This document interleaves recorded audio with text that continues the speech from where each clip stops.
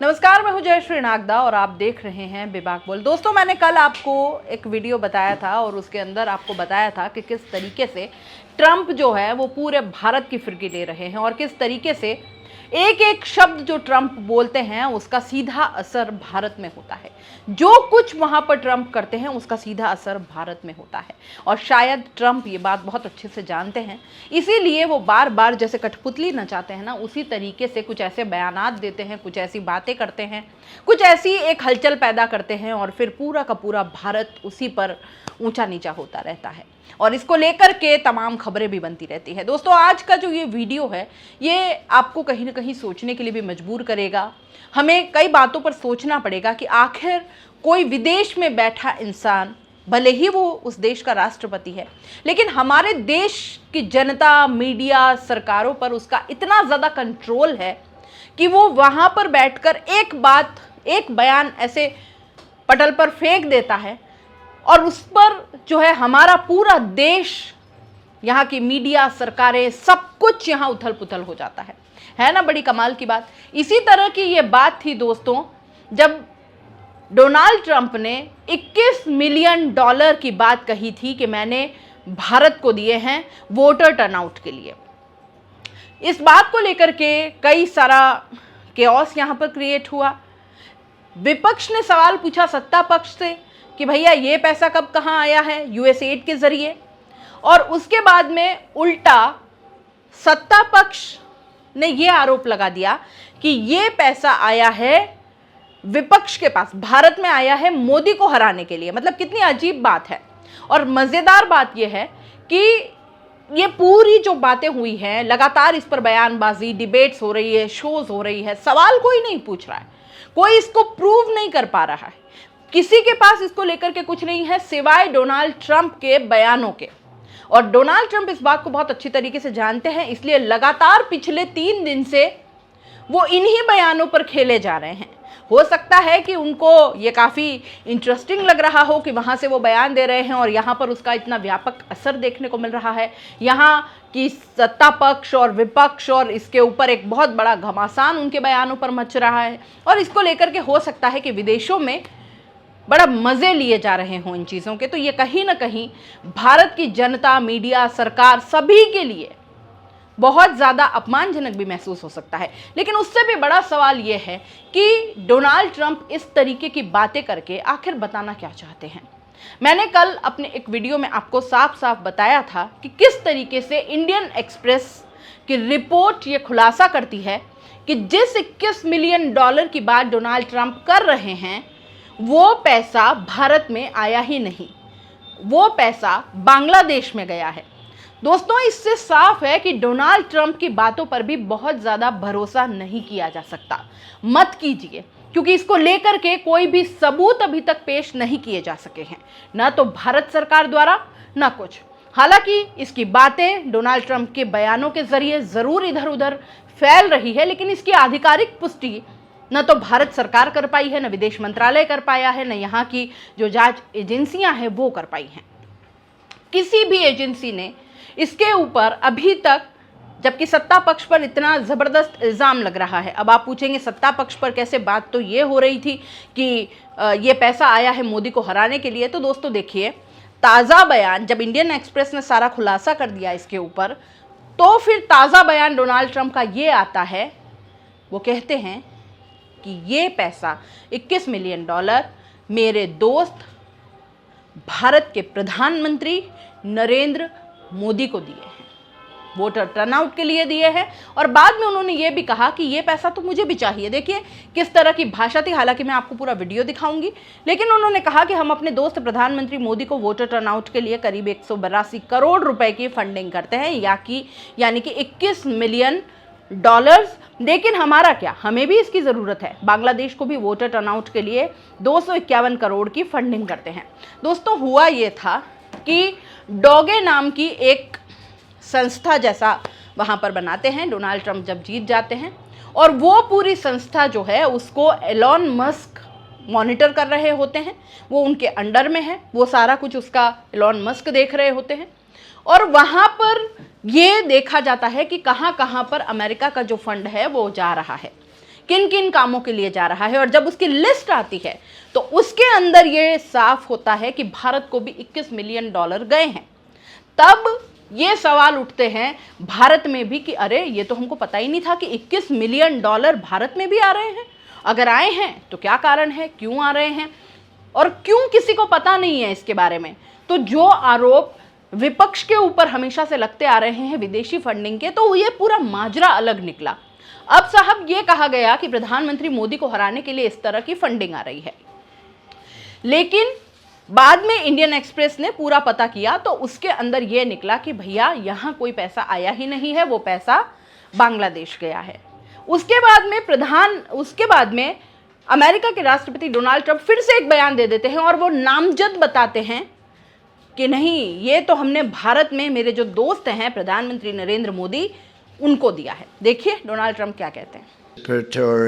Political process in Moldova, and $21 million going to my friend Prime Minister Modi in India for voter turnout. We're giving 21 million for voter turnout in India. What about us? I want voter turnout too, Governor. $29 million to strengthen the political landscape. And तो अब प्रधानमंत्री मोदी बताए, उनके साथ में जो लोग हैं वो बताएं, या फिर एलॉन मस्क से तो प्रधानमंत्री मोदी भी मिले थे यहाँ पर जब यूएस दौरा किया था। डोनाल्ड ट्रंप से जब मिले थे तब भी यूएस एड की बात की गई थी। इन तमाम बातों को इतना ज़्यादा कंफ्यूज किया गया है और कुल मिलाकर के एलॉन मस्क और डोनाल्ड ट्रंप की बात एक तरीके से वो लोग जैसे मज़े लेते हैं ना, उस तरीके की ये कुछ एक फंसी हुई सी बात हो गई है। वहाँ की एक अधिकारी कहती है कि $100 मिलियन हमने कोरोना के समय भारत को दिए हैं, प्रधानमंत्री नरेंद्र मोदी को दिए हैं, जिसका कोई हिसाब नहीं है, जिसकी कहीं कोई आधिकारिक घोषणा नहीं है, पुष्टि नहीं है, कुछ नहीं है, लेकिन वहाँ से दावे बराबर किए जा रहे हैं। तो क्या ये माना जाए कि ये पैसा प्रधानमंत्री मोदी के या बीजेपी के पास गया है सीधा सीधा? क्योंकि विपक्ष को तो इसका पता नहीं है, कहीं पर नोट नहीं है। खास करके विपक्ष में कांग्रेस है और कांग्रेस के तो खाते तक आपने चुनावों में फ्रीज कर दिए थे। तो उन खातों में अगर $21 मिलियन जितना पैसा आ रहा होता तो क्या बीजेपी चुप बैठ जाती और क्या बीजेपी को इसका पता नहीं चलता? तो ये अपने आप में एक बहुत बड़ा सवाल है। खास करके दोस्तों ये भी है एक बड़ा सवाल कि यहाँ की जांच एजेंसियाँ आखिर सबूत क्यों नहीं पेश कर रही है। अगर ये पैसा आया है तब भी बताने में क्या हर्ज है अगर वहां से लिया है, और अगर नहीं आया है तब भी क्यों स्पष्टीकरण नहीं दिया जा रहा है कि नहीं भाई ऐसा कोई पैसा हमारे पास नहीं आया है, सरकार के पास ऐसा कोई पैसा नहीं आया है, प्रधानमंत्री नरेंद्र मोदी के नाम पर ऐसा पैसा नहीं है, बीजेपी के नाम पर नहीं है। ठीक उसी तरह जैसे बीजेपी राहुल गांधी के बारे में सबूत नहीं दे पाई थी, जब आपको याद होगा कि संसद के गेट पर उड़ीसा के सांसद के साथ मारपीट करने के आरोप उन पर लगे थे, गुंडागर्दी तक उसे कह दिया गया था, राहुल गांधी एक मारना चाहते हैं, सत्ता पक्ष के सांसदों को इस तरह के आरोप लग गए थे, रात दिन डिबेट चले थे, पट्टी बंध गई थी उड़ीसा के सांसद के सर पर, फिर वो पट्टी अचानक कम होते होते पता नहीं उतर भी गई एक दिन में। बड़ा अजीब सा सब जो पूरा ड्रामा हुआ था वो आपको बिल्कुल याद होगा। तो वो उसका भी सबूत आज तक नहीं मिल पाया। ठीक उसी तरीके से ये $21 मिलियन जो हैं इसका सबूत कहीं पर नहीं है। तो फिर जांच एजेंसियों पर अपने आप में बहुत बड़ा सवाल है कि फिर जांच एजेंसियां क्या कर रही है। क्या ये सिर्फ विपक्ष के नेताओं पर, सांसदों पर, विधायकों पर उन पे छापे मारने के लिए है? क्या अनर्गल लोगों को परेशान करने के लिए, अपने निजी फायदों के लिए इन जांच एजेंसियों का उपयोग करने के लिए है, ताकि आगे वाले जो विपक्ष के नेता हैं उनको डराया जा सके और किसी तरीके से अपने गुट में मिलाया जा सके? क्या ये जांच एजेंसियों का काम नहीं है दोस्तों कि जनता के सामने स्पष्ट करके रख दे? बहरहाल दोस्तों, इन एजेंसियों से वैसे भी अब कोई उम्मीद ज़्यादा किसी को है नहीं, क्योंकि ये पूरी तरीके से आप जानते हैं कि ये बीजेपी के कब्जे में है। एक और बड़ा सवाल जो इन सब बातों से निकल करके आ रहा है दोस्तों, वो ये है कि बीजेपी जो है, डोनाल्ड ट्रंप जो कुछ कहते हैं वहां से बीजेपी आंख बंद करके उस पर भरोसा करती है। वो जो कुछ कहेंगे उस पर यहां हो हल्ला हो जाएगा। विपक्ष पर आरोप लगा देंगे, राहुल गांधी पर आरोप लगा देंगे, कभी कुछ कभी कुछ। लेकिन अब डोनाल्ड ट्रंप ने एक ऐसी बात कही है इलॉन मस्क से भी बहुत ज़्यादा प्रभावित दिखते हैं। आप जानते हैं इतने ज़्यादा प्रभावित है हमारे देश के प्रधानमंत्री कि एक तरफ इलॉन मस्क अपने बीवी और बच्चों के अपने 3 बच्चों और बीवी के साथ वहाँ पर मिलने पहुँच जाते हैं, बहुत इनफॉर्मल सा, और एक तरफ प्रधानमंत्री अपनी पूरी सरकारी फौज लेकर के पूरा डेलीगेशन, विदेश मंत्री के अधिकारी मंत्री सब कुछ वहाँ पर, वो पूरा का पूरा डेलीगेशन लेकर के वहाँ पर बैठे होते हैं उनसे मिलने। कहीं ना कहीं उन लोगों का अपमान था हालांकि ये कि एक तरफ इंसान पारिवारिक रूप से वहाँ पर इतना लाइटली उस चीज़ को ले रहा है और एक तरफ प्रधानमंत्री पूरी सरकारी फौज, जिसको हम डेलीगेशन कहते हैं, उसका अपमान कर बैठे। लेकिन फ़र्क पड़ना बंद हो गया है। बड़ा सवाल मेरा इस वक्त ये है कि इलॉन मस्क और डोनाल्ड ट्रंप ईवीएम को लेकर के बयानबाजी कर रहे हैं और वो ये कह रहे हैं कि अगर आपको निष्पक्ष और सही से चुनाव कराना हो तो बैलेट पेपर से ही हो सकते हैं, ईवीएम से चुनाव निष्पक्ष और सही तरीके से नहीं हो सकते। उन्होंने साफ साफ ये कहा कि ईवीएम हैक हो सकती है। हालांकि दोस्तों मैं इसकी पुष्टि नहीं कर रही, ना मेरे पास इस बात के सबूत हैं कि ईवीएम हैक होती है या नहीं होती है, लेकिन समय समय पर इस पर सवाल ज़रूर उठ रहे हैं। और अब चूंकि डोनाल्ड ट्रंप और इलॉन मस्क ने भी ये चीज़ कही है, तो क्या अब प्रधानमंत्री मोदी इस चीज़ को भी फॉलो करेंगे? हमारे देश में, भारत में क्या बैलेट पेपर से चुनाव करवाने को वो कभी राजी होंगे? क्योंकि जब हर चीज़ आप फॉलो कर रहे हैं, हर चीज़ वहाँ पर आप मान रहे हैं, तो क्या इन बातों को आप मानेंगे कि निष्पक्ष और सही चुनाव कराने के लिए एक बार फिर से बैलेट पेपर पर चुनाव कर लिए जाए? क्योंकि विपक्ष जब इस चीज़ की मांग करता है तो आप उन्हें पता नहीं क्या क्या कह देते हैं, पिछड़ा हुआ कह देते हैं। आप ये कह देते हैं कि जब भी ये हार जाते हैं तो इनका ये आलाप चालू हो जाता है, न जाने क्या क्या आप कह जाते हैं। अडानी अंबानी को लेकर के जब विपक्ष सवाल करता है तब आप उनके ऊपर पलट जाते हैं। याद होगा आपको कि किस तरह प्रधानमंत्री मोदी ने अडानी और अंबानी को भी नहीं छोड़ा था चुनावों में। नहीं याद है तो एक बार सुन लीजिए क्या कहा था उन्होंने। अडानी अडानी अंबानी अडानी अंबानी अडानी, इस चुनाव में ये अंबानी अडानी से कितना माल उठाया है, काले धन के कितने बोरे भर करके रुपये मारे हैं, क्या टेम्पो भर करके नोटे कांग्रेस के लिए पहुंची है, क्या सौदा हुआ है? आपने रातों रात अब अंबानी अडानी इनको गाली देना बंद कर दिया। जरूर दाल में कुछ काला है। 5 साल तक अंबानी अडानी को गाली दी और रातों रात गालियां बंद हो गई। मतलब कोई न कोई चोरी का माल टेम्पो भर भर करके आपने पाया है। अडानी अंबानी के यहां से टेम्पो भर भर के पैसा आ रहा है। लिया क्या, काला धन लिया क्या, पता नहीं अनाप शनाप क्या उस वक्त बोल गए थे। हालांकि इसके ऊपर सोशल मीडिया पर बहुत ज़्यादा वो ट्रोल भी हो गए थे कि मतलब अपने ही खास लोगों को लपेट लिया और कई सारी बातें इस तरह की हुई थी।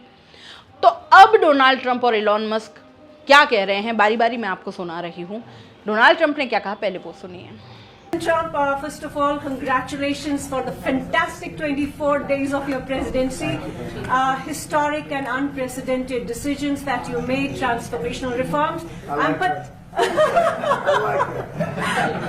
I'm particularly impressed by the expose on USAID. And I would like you to share with us if you think USAID had a role in election interference in the US in 2020 and Indian elections in 2024. So it could have had a role. There were a lot of bad things that happened in 2020. I think bad things happened in 2024, but it was too big to rig. We won by a tremendous margin. We won every swing state. We won the popular vote by millions of votes. So it was too big to rig. But yeah, I think they probably tried. We're looking to go to a system now much different, where one-day voting, voter ID, and we have to do that. And paper ballots. We want paper. और अब Elon Musk क्या कह रहे हैं, क्योंकि वो साफ साफ कह चुके हैं कि ईवीएम हैक हो सकती है। क्या कह रहे हैं, सुनिए। I'm a technologist. I know a lot about computers, and I'm like, the last thing I would do is trust a computer program, because it's just too easy to hack. It's too easy to add just one line, and it's really difficult to hack paper ballots. So, in-person voting with proof of with ID, which by the way, every country has. I mean, like almost every country that has democratic elections requires in-person voting with voter ID. This is weird. It's super weird to not have that. I think that's the only way to effectively address fraud. तो बड़ा सवाल मेरा ये है दोस्तों कि क्या अब भारत की सत्ता प्रधानमंत्री नरेंद्र मोदी जो हर बात को ब्लाइंडली फॉलो करते हैं, क्या डोनाल्ड ट्रंप की इस बात को अब वो फॉलो करेंगे? क्या उनकी बात पर जो पैसा भारत में आया है, उनके इस बयान पर क्या यहाँ की जांच एजेंसियां स्वतंत्र रूप से इस पर जांच करेगी? इस पर सारे सबूत जो है वो जनता के सामने रखेगी, विपक्ष के सामने रखेगी? क्या है ऐसा दोस्तों जो जनता के सामने नहीं आ पा रहा है? क्या है ऐसा जो सब कुछ ढका छुपा कुछ चल रहा है? न बीजेपी कुछ कहती है, न प्रधानमंत्री नरेंद्र मोदी उसका कुछ खंडन करते हैं, न उनके नेता नुमाइंदे आईटी सेल न मतलब उसके ऊपर चुप्पी साध लेते हैं। ये तो बहुत अजीब बात हो गई। आप इस पूरे मामले को कैसे देखते हैं? अपनी राय कमेंट बॉक्स में लिख दीजिए। जाते जाते चैनल को लाइक शेयर और सब्सक्राइब जरूर कर दीजिए। नमस्कार।